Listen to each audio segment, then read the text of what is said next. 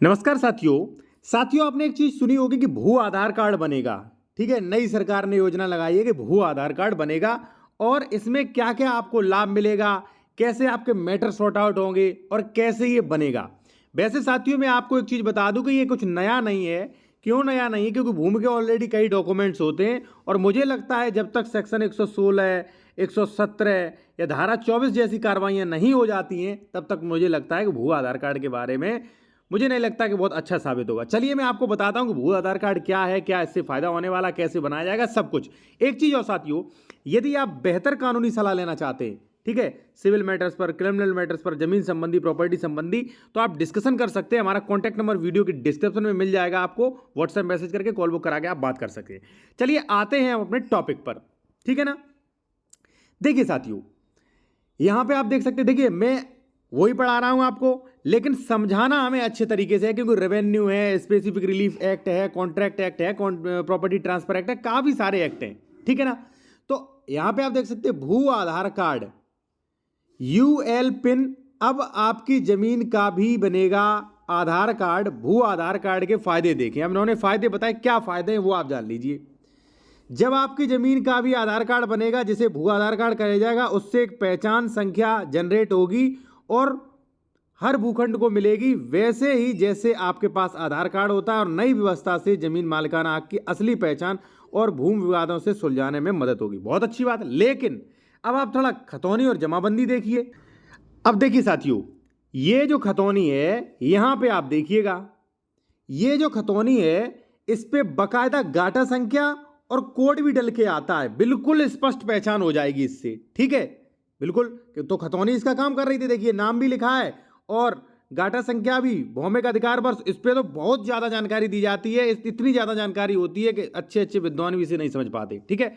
तो बकायदा इस पे ग्राम कोड भी लिखा है, ठीक है, और इस पे जो है गाटा संख्या भी लिखा है, गाटा संख्या का कोड भी लिखा है, तो इससे भी तो पहचान हो रही थी, ठीक है। तो इसमें नया क्या है, ठीक है।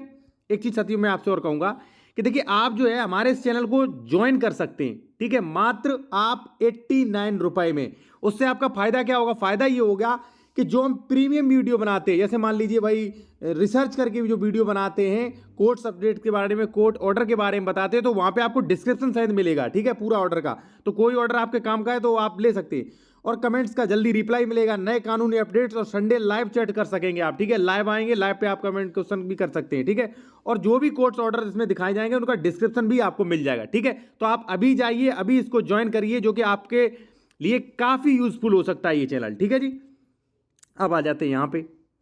अब देखिए यहाँ पे मैंने बता दिया जमीन विवाद सुलझाने में मदद मिलेगी। भाई जब आपके पास खतौनी है, ग्राम कोड है, सब कुछ उस पर लिखा है, तब आप विवाद नहीं सुलझा पा रहे हो, ठीक है। प्रॉपर्टी खरीद ले रहा है आदमी, डबल रजिस्ट्री हो जा रही है, अंश से अधिक विक्रय हो जा रही, पता चलता है 7 साल बाद वो जो सरकारी जमीन थी, तब तो आपने करवा नहीं। अब इससे डिजिटलाइजेशन से क्या होगा? हो सकता है भाई फायदा हो। चलिए आगे देखते हैं, भू आधार क्या है।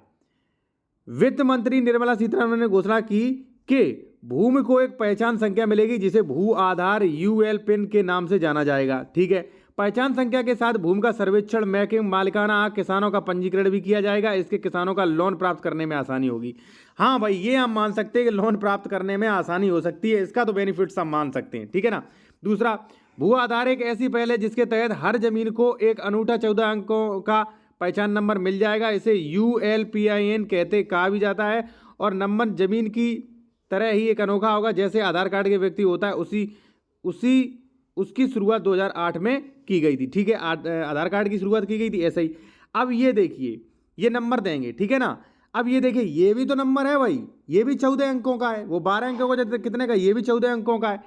साथियों मैं आपको बता दूं कि जब तक तहसीलों का भ्रष्टाचार खत्म नहीं होगा तब तक जो है डिजिटलाइजेशन या जमीन संबंधी विवाद खत्म नहीं किए जा सकते।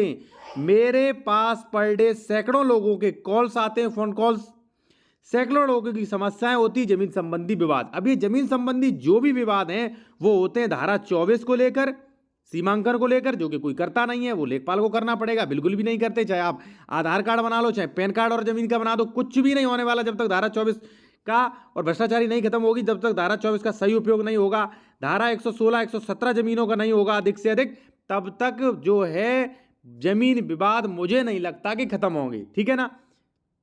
अब साथियों आगे पढ़िए क्या है। भू आधार के कई फायदे होंगे। क्या फायदे होंगे?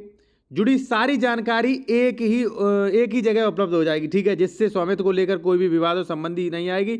और इसके अलावा भू आधार जैसे मान लीजिए जो भी जमीन खरीदी बिक्री और लेन देन आसान हो जाएगा। सरकार भी जमीन से जुड़ी योजनाओं को प्रभावी ढंग से लागू करे, क्योंकि भू आधार के माध्यम से सटीक डेटा उपलब्ध होता है। तो ठीक है, लेकिन साथियों खतौनी जो है इस पे भी तो नाम है, इस पे भी तो सब कुछ है।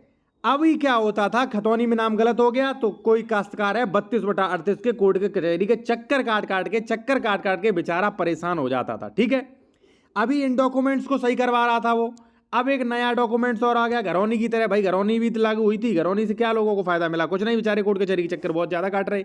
लाभ भी मिला ऐसा नहीं, लाभ भी बहुत मिला, ठीक है, ऐसा नहीं कह सकते लाभ बिल्कुल नहीं मिला। अब भू आधार कैसे काम करता है? भू आधार जमीन का सर्वेक्षण किया जाता है, ठीक है, उसके आधार पर एक डिजिटल मैप तैयार होता है, ठीक है। इस मैप के अधीन सीमांकन स्वामी का नाम, ठीक है, महत्वपूर्ण जानकारी शामिल होती है और 14 अंक का वो मिलेगा। ये बिल्कुल गलत है भाई। जो आबादी एरिया है उस पर तो हो सकता है, लेकिन ऐसी जमीनें जिन पर 116 117 की कार्रवाई नहीं हुई है भाई, उन पर कैसे आप डिजिटलाइजेशन कर सकेंगे? ठीक है, विवाद और बढ़ेंगे इससे। और मुझे लगता है ये केवल और केवल आबादी वाली जमीन, जैसे मान लीजिए खेत है भाई, ठीक है, इसका विभाजन नहीं हुआ तो इसका डिजिटलाइजेशन कैसे हो जाएगा? इसका विभाजन नहीं हुआ, नियम नंबर 109 को फॉलो नहीं किया गया, तो कैसे ये संभव होगा? मुझे नहीं लगता कि संभव होगा, ठीक है। इसके बाद साथियों देखिए यहां पे कौन सी जानकारी होती है। भू आधार एक अनूठा 14 अंकों का पहचान नंबर है जो प्रत्येक जमीन के लिए होता है। यह एक तरह से जमीन का आधार कार्ड है जिसमें सारी महत्वपूर्ण जो है जानकारी होगी, ठीक है। जमीन किस प्रकार की है, कृषि आवासीय वाणिज्यिक आदि उपयोग, जमीन की सीमाएं और जमीन के मालिक का नाम पता नंबर, सब कुछ जो है इसमें होगा। बहुत अच्छी बात है, मुझे लगता है अगर ये लागू हो जाता है तो बहुत अच्छा रहेगा। लेकिन अगर लागू होता है तो इनको ये भी ध्यान रखना चाहिए कि भाई जैसे मान लीजिए ये खेत है, अगर ठीक है ना, ये खेत है, ये रोड है, अगर मान लीजिए कोई यहाँ पे कब्जा किए है तो उसका इसी का आधार कार्ड थोड़ी नहीं बना दोगे आप भाई, ठीक है। पहले तो सबका बंटवारा कराओगे ना 116 117 पे, तो ये कार्रवाई पहले होनी चाहिए, ठीक है ना। तो देखते हैं आगे क्या होता है, और जो भी मान लीजिए बेहतर अपडेट्स है वो आपको मिलते रहेंगे। और दूसरी बात मैं आपसे कहूँगा कि आप हमारे चैनल के प्रीमियम मेंबर बन सकते हैं ज्वाइन करके मात्र 89 रुपए में, ठीक है। आपको काफ़ी ज़्यादा नॉलेजेबल जानकारी भी मिलेगी। प्रीमियम वीडियो में क्या जो रिसर्च करके और जिन आदेशों के बारे में हम बताते हैं उस आदेश की PDF और प्लस कोर्ट्स का डिस्क्रिप्शन भी मिलेगा, ऑर्डर्स का। कोई मान लीजिए आपका वीडियो काम का हो तो आप स्क्रीनशॉट लेके अपना निकलवा सकते हो, कमेंट्स का रिप्लाई, नए कानून अपडेट्स और संडे लाइव चैट, ठीक है। और मान लीजिए कोई भी आप लीगल एडवाइस लेना चाहते हैं या उत्तर प्रदेश में आप जमीन खरीद रहे हैं, कोई भी डॉक्यूमेंट चेक करवाना चाह रहे हैं तो करवा सकते हैं। कॉन्टैक्ट नंबर भी हमारा वीडियो के डिस्क्रिप्शन में मिल जाएगा साथियों। धन्यवाद।